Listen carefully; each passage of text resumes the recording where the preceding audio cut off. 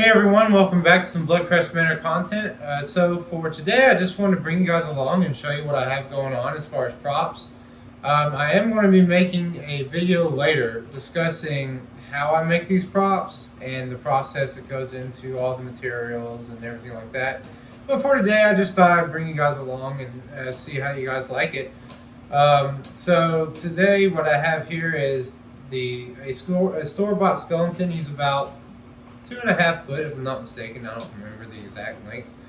I have him here, but he's not going to really be a big part of this video. But I thought I would show him real quick. I went through and glued up all of his joints, and I'm going to be going through with paper clay and paper mache and going over them to hopefully make a really cool and interesting, scary static prop. We'll see where he goes, but for today, I just wanted to kind of show you guys and introduce him to you, because if this works, then I'm going to be bringing you guys along for a full series of probably one of these bigger skeletons I have. I have a 7-footer and a 5.5 foot skeleton. foot. Anyway, but yeah, so if this works out, then I'll bring you guys along for making that.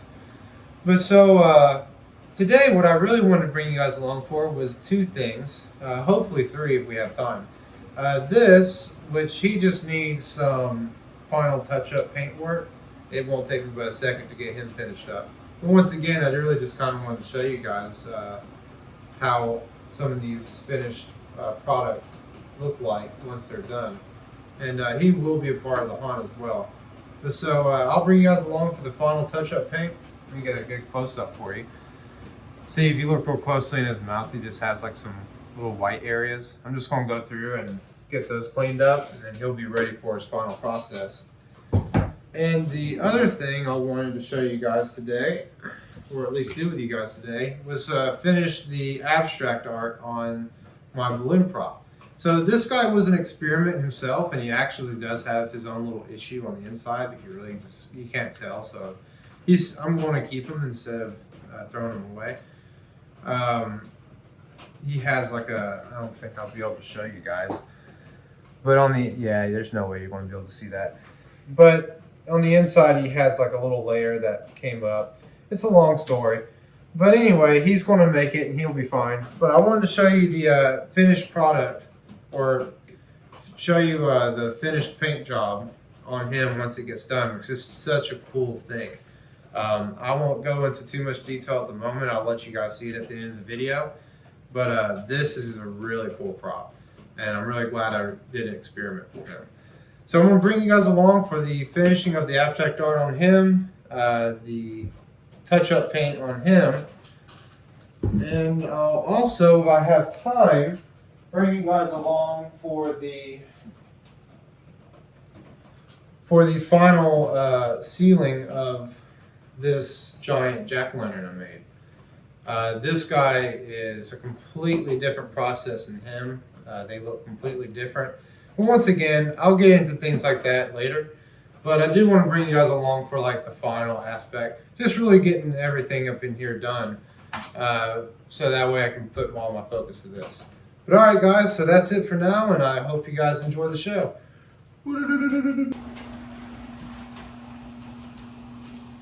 Hey guys, so real quick, I just want to show you how I do this with abstract art. So basically, I take like a 1-inch brush, sort of like this, clean off the end. The reason I do that is because it just needs to be very flickable. So like if it can do that, then you're doing good. Here's the paints I have at the moment for it. So far, I like the pink. I think the red should be more red. It almost comes off a little too light. The orange is nice. The glow-in-the-dark yellow is really cool. I didn't think I was going to be using it for this, but it really does show up well. The purple is unfortunately the biggest disappointment in the whole lot. It might as well just be purple paint. Like, it really does not. It does not glow in black light. I'm still going to use it in this project though, just a little bit, since it's already got some on the top of the balloon.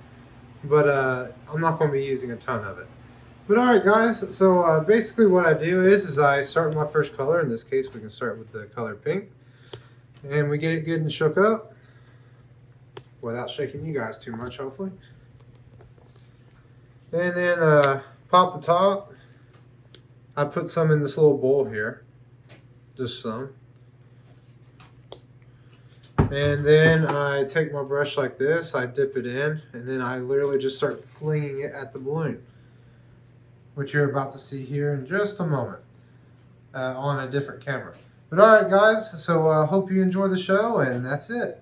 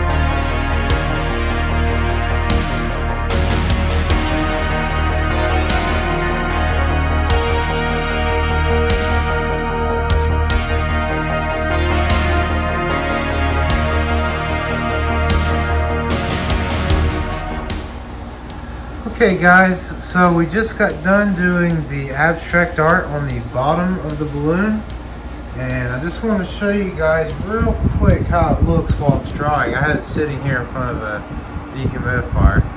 I tried my best to keep my props from going bad because of the paper mache. But anyway, so that's it, and real quick, just with the lights off,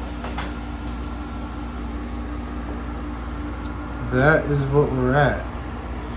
Once it dries, I'll get you guys a little short video of it standing upright, but just wanted to show you guys the lower portion because wow, I'm pretty happy with that. Okay guys, so real quick, I just wanted to give you or try my best to show you the balloon after it was done with the paint job. It's a little hard to pick up with the phone and the light, but you can definitely see what we're cooking up here. It looks really good. So just wanted to show you all that real quick, and now we're going to move on to the next part. Real quick, so I was just going to show you guys how we were going to be touching up the jack-o'-lantern here. Haven't come up with a name for him yet, but I'll get back to you on that. So as you can see, just kind of some around these edges, there's like some white and some yellow bleeding over into the paint. So I was just going to go through with some of the exterior paint that I used to seal them up with, which is the same black that's underneath all this, and just touch it up. It won't be but a short little thing, but figured I'd take you guys along with me. So that's it for now guys, and see you along the way.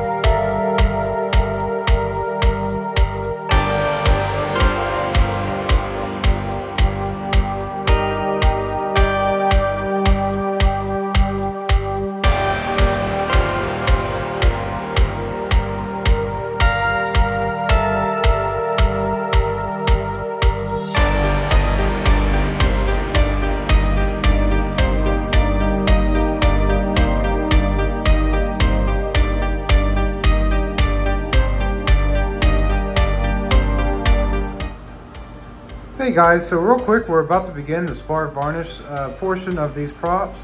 Basically, I use spar varnish to seal it. There's a coat on the bottom of all that, and there's going to be a coat on the top of it. And then I come in with a spray finish afterward. But this is to keep the sunlight from hurting it, any water, things like that. That way these things can be outside in the rain if they needed to be, and it shouldn't be a big deal. Yeah, I'm gonna go ahead and do that, and I'm gonna be doing it inside today because it is raining outside. Now typically I don't do this inside, only when I absolutely have to for temperature or for rain issues like that. I've been sitting on this guy for a minute now, but when I do it inside, what I do is I use a respirator like this. It does a really good job with getting the fumes out. But I'm going to be doing him, excuse the mess, him, and possibly the balloon, which here's the lights on of him as well. But anyway, so this is also very well ventilated in here. So I'm not really too worried about the fumes, but if you guys are doing this at home, I definitely don't recommend you guys doing this indoors without proper precautions such as ventilation and a respirator like this. But alright guys, so that's it for now, and I'll bring you guys for the journey.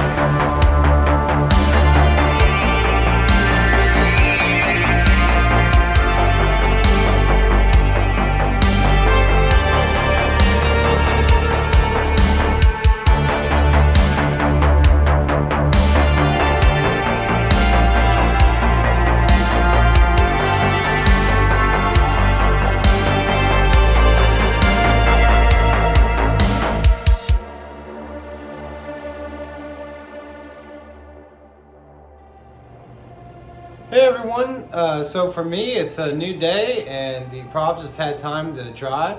The new spar varnish I used on these guys worked out really well and actually better than the Rust-Oleum I was using, the Rust-Oleum spar varnish. I think this is called Old Masters. Yeah, Old Masters spar varnish, and it did a really good job. You guys can kind of see, like, might be hard for you guys to see it in this light, but you can hardly tell a difference between the two. It did really well. There's no air bubbles, there's no issues with putting it on. In fact, it goes on much easier than the other one. So all in all, I think I'll just keep on using these guys from now on, even if I can get Rust-Oleum easily again. So that's it for now, guys. I'm going to be bringing you guys along to put the bottom coat on the balloon and the bottom coat on him. Still need to name him. I'll figure it out later though. And I'm bringing you guys along for the spray finish on the trick-or-treat style jack-o'-lantern I made. But alright guys, so that's it for now, and I'll see you all in a minute. Woo! Alright everyone, so real quick before we get started on the spray finish on this guy, I just wanted to tell you how I do it and the precautions I take while doing it. If you notice, without the finish, he has like a very shiny, especially like right here. He has like a very shiny finish on the top of his head and all over his body from the spar varnish, which that's fine in some cases, but in this case it's not. A decrepit pumpkin definitely doesn't need to be shining like a diamond. But anyway, so I'm going to tell you guys real quick how I go about getting rid of that shine. So what I do is I use this right here. I use Karl matte finish on pumpkins like this guy. I do also have a satin finish for other ones that I'm not looking for such a harder look to. But in this case, matte finish works really well. So I also, when I do this, I do it outside, even on a colder day. And I wear a respirator. Is the respirator really necessary? Not really. Especially if you're standing downwind of it and being careful. But there's no reason in not just taking extra precaution. But alright guys, so that's it for now, and I'll show you guys the time lapse here in just a moment.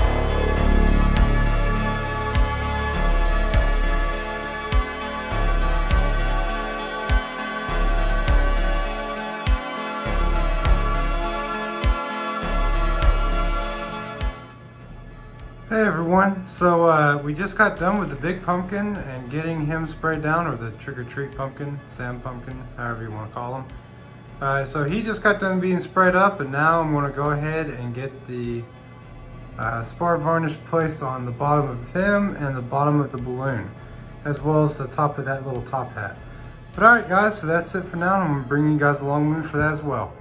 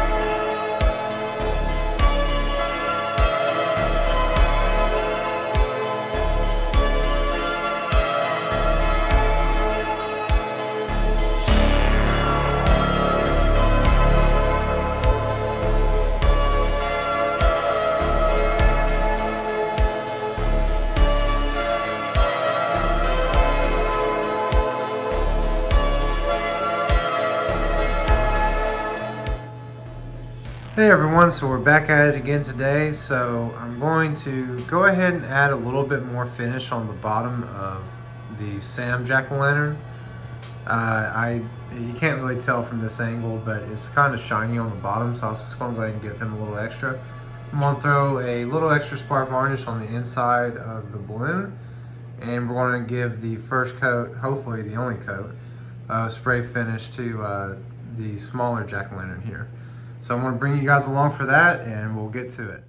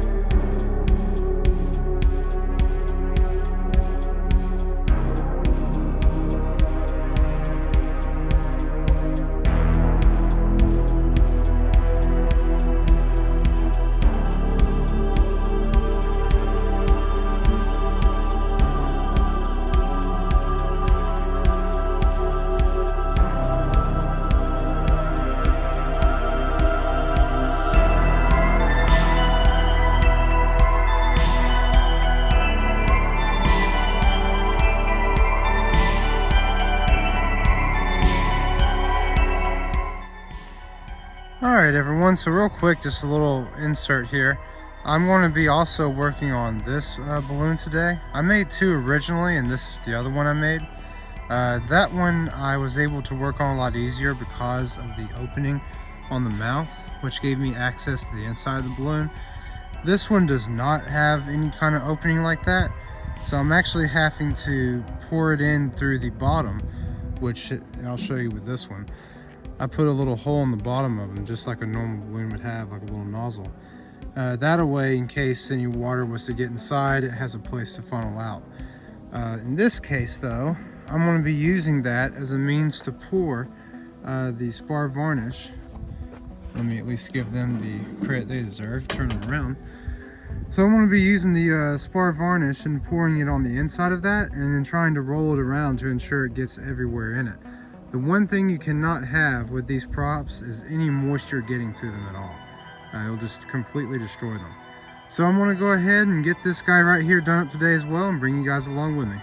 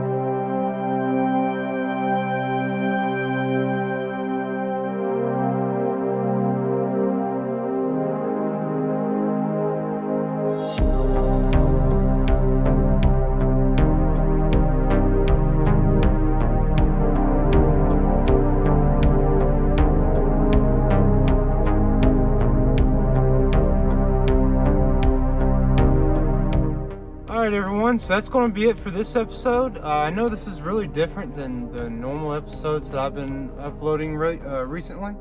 But I thought that it'd be really cool content just to show you guys what kind of goes into making things like this and these pumpkins and that balloon as well.